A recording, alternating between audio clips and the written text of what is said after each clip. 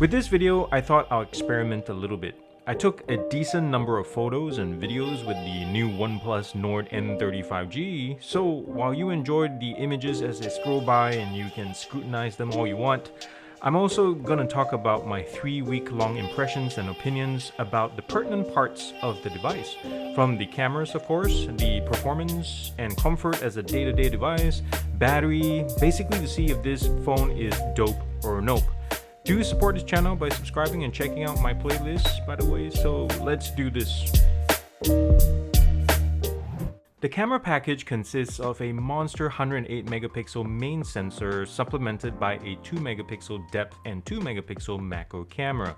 In bright daylight, with plenty of summer sunshine going, the primary sensor takes surprisingly nice shots. Exposure and colors are well calculated while exhibiting plenty of detail in things like blades of grass, hair, animal fur, tree trunks, or reflections. HDR handles the sky and contrasty areas of the photos pretty well. Shutter speeds are quick too, especially with enough light to play with.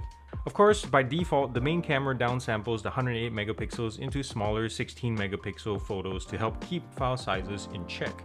Although the camera does give you the option to be reckless with your storage space if you so choose, and it's actually great to have the choice to use the sensor to its fullest because here's the thing, that 2 megapixel macro is pretty much pointless. Just capture the shot with max pixels, then crop in for sharper and higher quality details instead. It works better almost every time.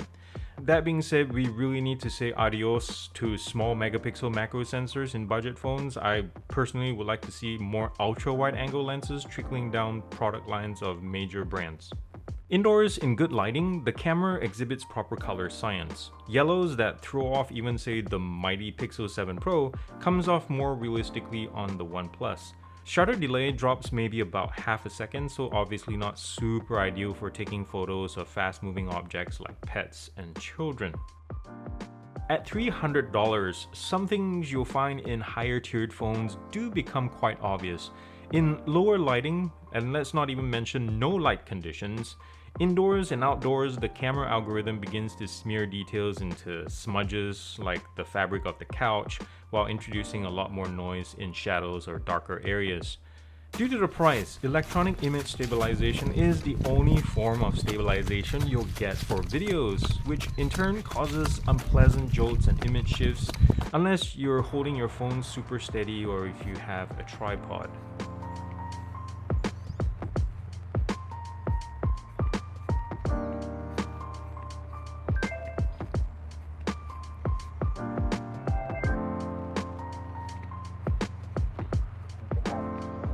I said this in my OnePlus 11 review and it pretty much applies here. Currently, if you're shopping for some of the best gaming-centric and battery management experience, look no further than OnePlus phones in 2023. Some of you may lament the idea that OnePlus recycled the Snapdragon 695 from the N20, I did, but in actual use in 2023 with the arguably more optimized OxygenOS 13.1, the N30 is actually pretty legit still. It's obviously not a beast like its flagships, but swiping between open apps, photos and video editing and running the latest games is smooth enough for most of the time. I love the gaming widget or HUD on this. It allows gamers to quickly access different performance and recording modes, change notification settings by app on the fly, like if you just want to see your Discord messages while you stream, and the HUD is also not intrusive at all. Another area where OnePlus trumps all other brands, in the US at least, is in their battery tech. Seriously, once you've experienced super VOOC charging speeds and the convenience of it, it's really hard to go back to anything else. The N30 charges faster than a Samsung S23 Ultra for crying out loud. Same 5000 mAh battery at 50 watts versus 45 watts. I can go from 0% to full in about 45-50 minutes. Oh snap. The display is the biggest downgrade from the previous gen. Instead of an AMOLED, we now have an LCD instead, and for better or for worse, it's also gotten bigger at 6.7 inches.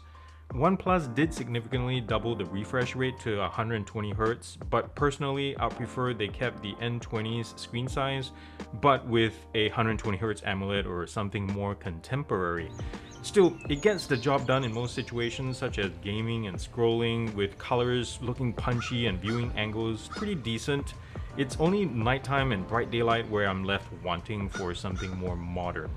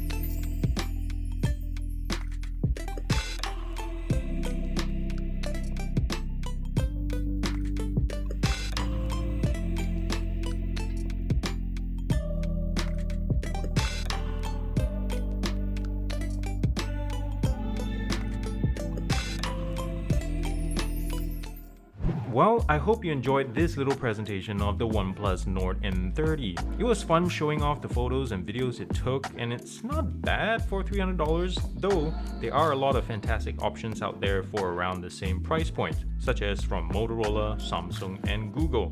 With the N30, you come for the price and stay for super VOOC charging and smooth performance.